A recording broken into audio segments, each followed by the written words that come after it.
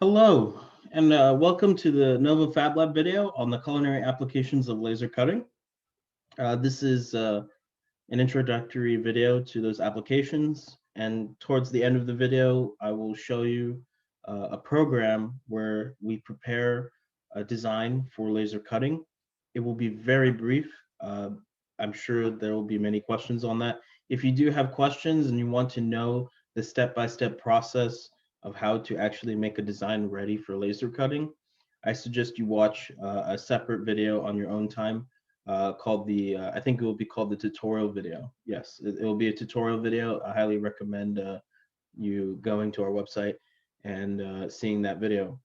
And you'll get more information about that as we progress through the presentation. All right, so let's begin. So what are our objectives?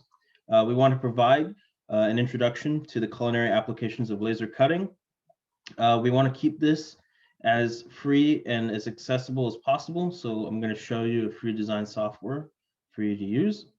And we want to show you how the Fab Lab can fabricate student designs. We have this amazing lab, and many people don't know about it. So what is the Fab Lab? Well, the Fab Lab is located on the Manassas campus, and it is part of the Nova Community College STEM Outreach Program. And it's basically a lab that provides it provides fabrication and maker opportunities for students, staff, and the public.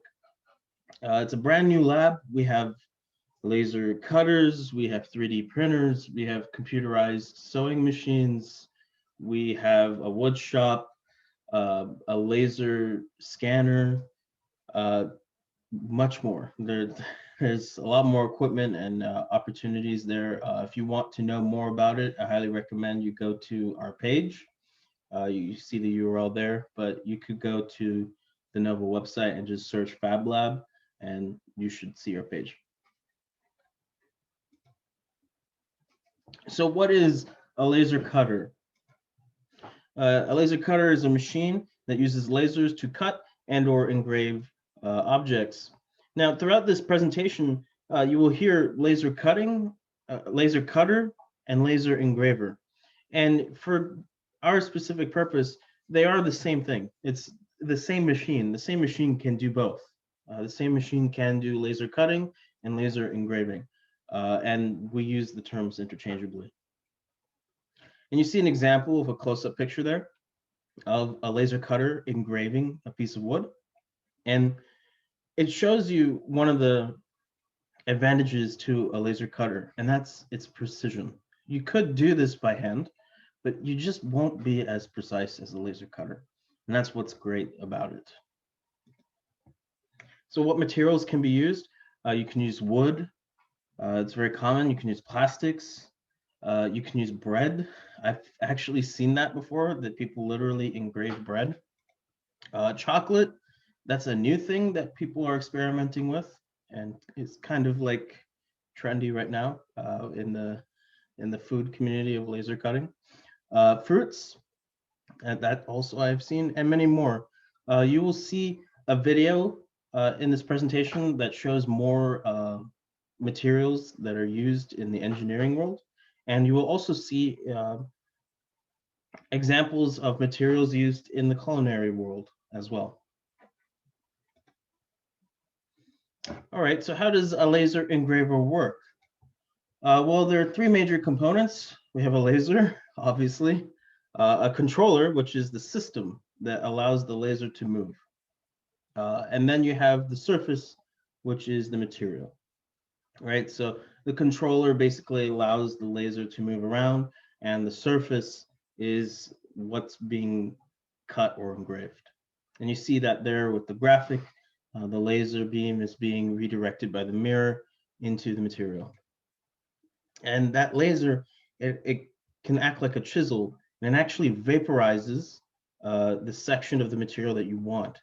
And it can go all the way through if you desire to, to cut it, or you can go part of the way through, and that's an engraving.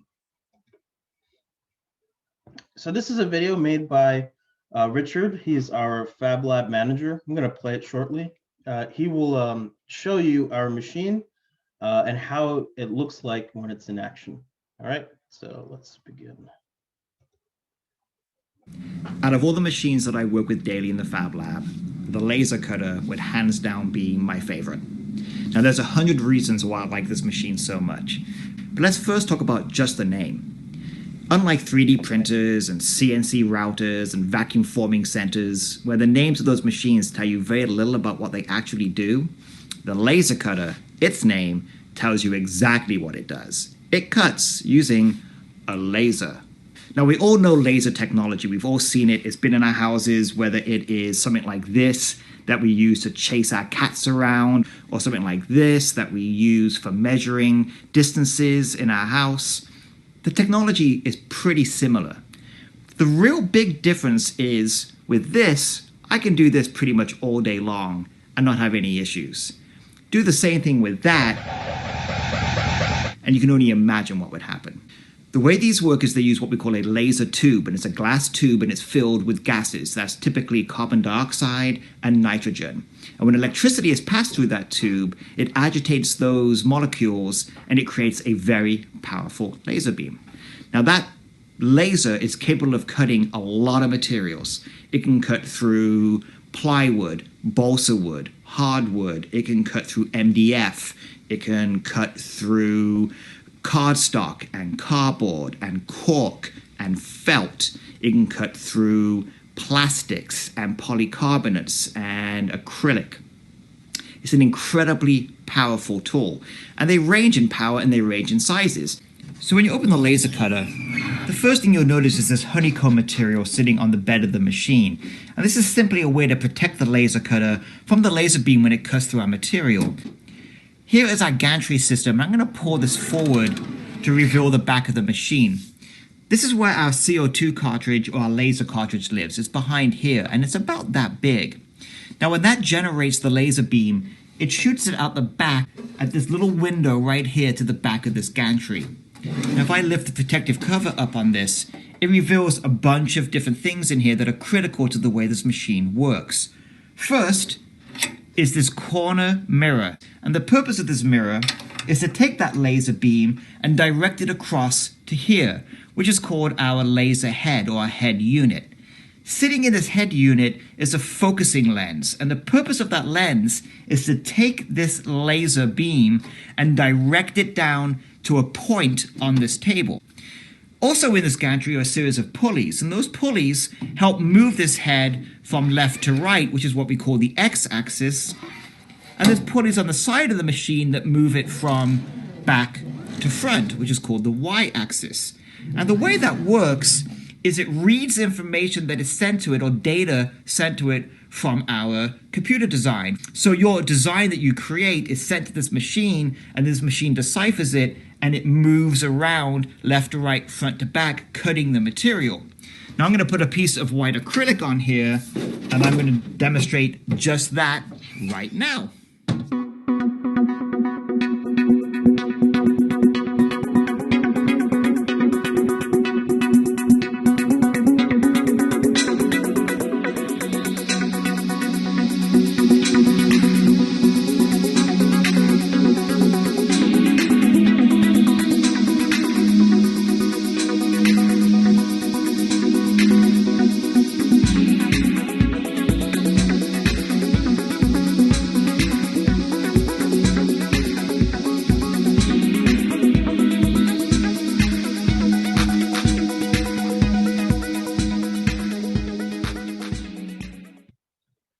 All right. So thank you, Richard. I'm going to move to the next slide. So yeah, you saw how it works and how it looks like when it's actually cutting out there. And you might be wondering, okay, Nathaniel, that's great. It's very useful. You can design a bunch of things, but how is this useful to me? How can I use this in the culinary field? Now, I have some examples, and I can answer some of those questions. So the laser engraver was featured on the Food Network, and it was featured by the MIT Laser Laboratory. They engraved text, graphics, and nutritional information on the food, which I think is interesting. You could read about your food while you're eating it. And in terms of the health questions, yeah, it's safe to eat. Laser engraving itself is not a danger to food safety. You just need to make sure, number one, that your workspace is clean. You could have made other things in there. You could have cut or engraved other things there. So you have to remove little bits and pieces. You have to wipe it down, and then you have to disinfect it. So you just need to make sure that it's properly clean, and you also have to make sure that fumes must be vacuumed during engraving or cutting. It's a laser; it's going to burn, and there's going to be smoke, and that's why under the machine we actually have uh, a vacuum that pulls out that smoke while the laser is cutting or engraving. And it's not that crazy. I mean, think about your stove at home. Above your stove there might be a fan, so if there's a lot of smoke, you just turn on the fan kind of vacuums that smoke away from the kitchen, and it's a very similar process here. The reason why we have to have the vacuum is because while the machine is engraving or cutting, we have to close it, and you saw that in the video where Richard opened and closed that door. So here are some examples of laser cutting or engraving in that was used for some food experiments or test drives. We have the first one on the left, uh, Christmas cookies, and they baked it and they put them in the laser engraver and they engraved those designs. And I want to point out specifically the letters and the words. They're very thin, very, very thin. You could do that on your own, but with the laser engraver, how long that took? Like less than 5 minutes. So like it's just very quick, reliable, and precise. You don't really have to worry that much about it. And that's what's great about a laser. It's just really thin. If you really want those thin cuts, like you see there in the Christmas cookie, you could do that. Another great example, the eggs. So you see the graphics there, you see the hashtag, you see the quote, you see the logo, and you see how um, nice it looks. And that's hard. I mean, it's hard to kind of carve that onto an egg. I wouldn't say it's impossible. I wouldn't really know. Maybe you probably know whether it's possible or not. You're the experts with that. But um, it wasn't that hard to do with the laser engraver. They were able to actually put a company's logo on the egg. And the last picture is that rolling pin, and I put that picture there because uh, I wanted to kind of like expose you to the ideas that it doesn't have to be just food. You could design a tool. Let's say you want a certain shape. Let's say you want a certain cookie cutter shape or a certain tool to be customized. However you see fit, you can do that. You can either bring in the tool and we can customize the tool to be different, or you can make a tool from scratch. And it kind of depends on what materials you're thinking. But we can try and see if we can do that if you want to make a tool from scratch. But yeah, if you want to customize a tool or make something from scratch, you can do that with the laser cutter. And that's something that someone did. Someone clearly loved cats a lot, so many cats. That's why they got that engraved on that rolling pin there, so that they could have that kind of design on the bread, and when it's all done and ready. So yeah, not just food, could be tools or anything else that you want to use. So here's a video. I'm gonna play this. Uh, Here we go. There's no audio. I've muted it. Let me fast forward it here. Oops. There we go. So basically, they got a pie, and they decided to laser engrave the pie, and I just think it's incredible, and it's really quick. You can see there are different cuts in the video, but it's not like it's sped up or anything. That really is the real speed of the laser engraver. It doesn't really take that long to engrave or cut something. Well, it depends on the specific design, but you know, in general, it's pretty quick. And here's another pattern. And these were designed on a computer, and it was sent to a laser engraver, and the engraver did its work. It followed the instructions. Okay. So these are cake toppers. Another example, doesn't have to be food. It's not food itself, but it's something around food. These were designs that were made on the computer. And you see, for example, the one on the left, they made the design and it got cut out, right? They cut out this specific shape that they wanted. And then they got it engraved. So you see the letters are engraved, including the date on the bottom. So yeah, another example of something that's not exactly food, but you could use in the culinary field. And we actually taught a class on cake toppers. And we taught this class last Thanksgiving.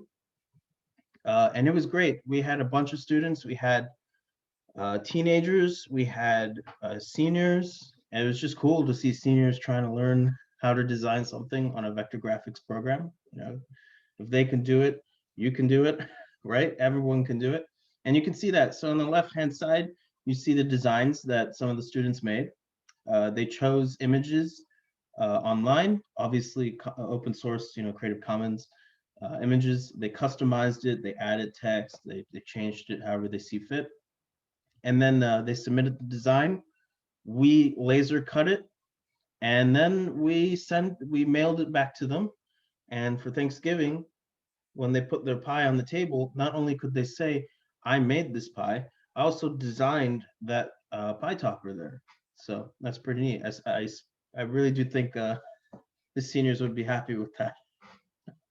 But yes, I'm going to show you how we make a design. So I'm going to switch my screen. Bear with me. All right, so I've switched my screen. So let's say I want to make a cake topper, right? How do I do that? Okay, all right, so let's say I want to make a cake topper. How do I do that? Well, first thing you want to do is you want to go to a vector graphics program. Here is one. This is Inkscape. I'll show you how to get Inkscape in the next slide on the presentation. But this is Inkscape, and I chose a heart online. I made sure it was Creative Commons, so we don't get sued. That'd be bad. But I chose a heart, and this is nice. We could have this heart cut out by our laser cutter, but how do we prop it up on the cake, right? I want to actually pierce it into the cake, right? This is a cake topper. Well, I'm going to edit this heart. First thing I'm going to do is I'm going to select the heart and go through path and select object to path. After I do that, I'm going to click on the edit paths by node tool. And if you notice, there are a bunch of squares all around the heart.